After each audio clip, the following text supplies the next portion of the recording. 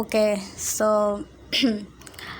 Last এক্সামে মনে হয় আমি যখন খুব স্ট্রেসে থাকতাম, থার্ড ইয়ার ফাইনালের সময় আমি এরকম ভিডিও বানাইছিলাম। সো আজকে অনেক স্ট্রেস কাজ করতেছে, অনেক মানে আসলে গাইনির এত টপিক এত ম্যানেজমেন্ট অ্যান্ড ঠিকমতো লিখতে না পারার যে একটা ভয় কাজ করে।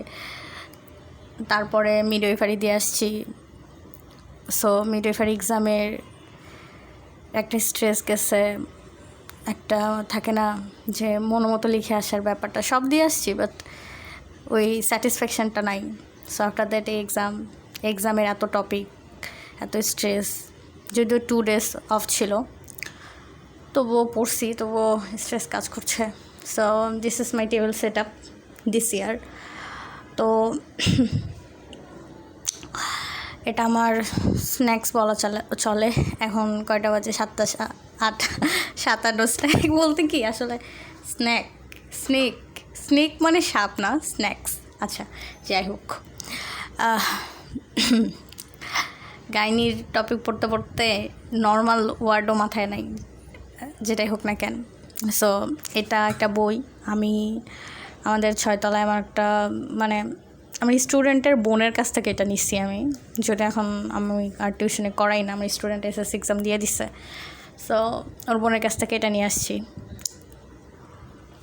অ্যান্ড আর এটা একটু আগে মাখালাম, এই চানাচুর, শসা, একটুখানি হচ্ছে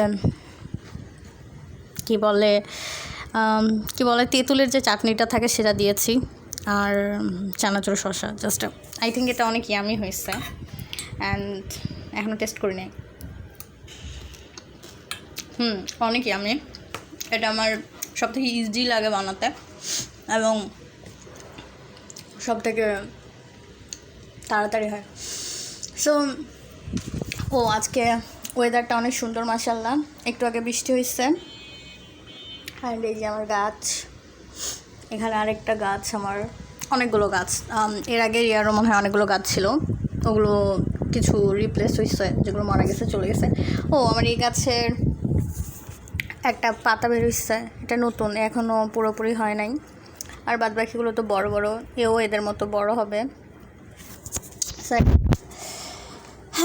সো আর 4টা পরীক্ষা, কালকে একটা হলে আর 3টা থাকবে, তারপরে রিটেন এক্সাম এন্ড হবে। So let's see. আমার আসলে অনেক স্ট্রেস কাজ করতেছে, অনেক খারাপ লাগতেছে, বিকজ লাস্ট 25 days বাসায় থেকে আসছি। পাশে আম্মু, আব্বু, আমার ছোটো ভাই সবাই ঘোরাঘুরি করতো, অ্যান্ড আমি মোস্ট অফ দ্য টাইম আব্বু আম্মুর রুমে গিয়ে বসে বসে পড়তাম, বিকজ আমার ঘরে আমার ভাল লাগতো না। ভাবতাম ঢাকায়ও তো একটা রুমে থাকি, আবার এখানে এসে রুমের মধ্যে ঢুকে থাকবো, আব্বু আম্মুর সাথে থাকি।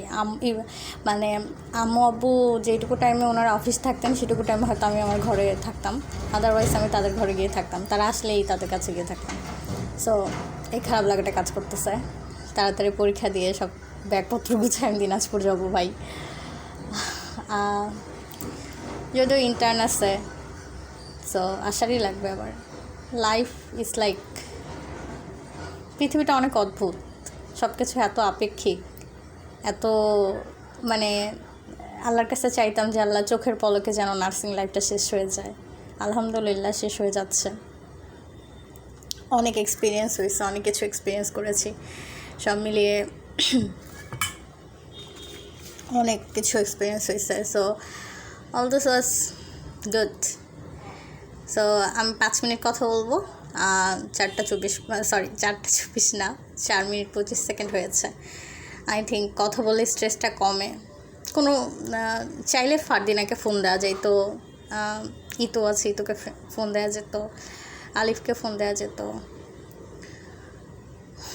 কথা বলে স্ট্রেস কমানো যেত, বাট ভাল লাগে না মাঝে মধ্যে কারোর সাথে কথা বলতেও ইচ্ছা করে না, এমন লাগে। এটা আসলে এক্সপ্রেস করানোর মতো না আসলে। I don't know what happen, but I just don't want any negativity can touch me. May Allah bless me with আল্লাহর অলৌকিক ক্ষমতা দিয়ে যেন সব নেগেটিভিটি আমার আশপাশ থেকে সরায় দেয় অ্যান্ড আমাকে সাপোর্ট করে। এই তো 5 মিনিট 17 সেকেন্ড হয়ে গেছে, 5 মিনিট 20 সেকেন্ড হয়ে যাচ্ছে। যাই হোক, যারা শুনেছেন এতক্ষণ পর্যন্ত, থ্যাংকস। আল্লাহ হাফেজ।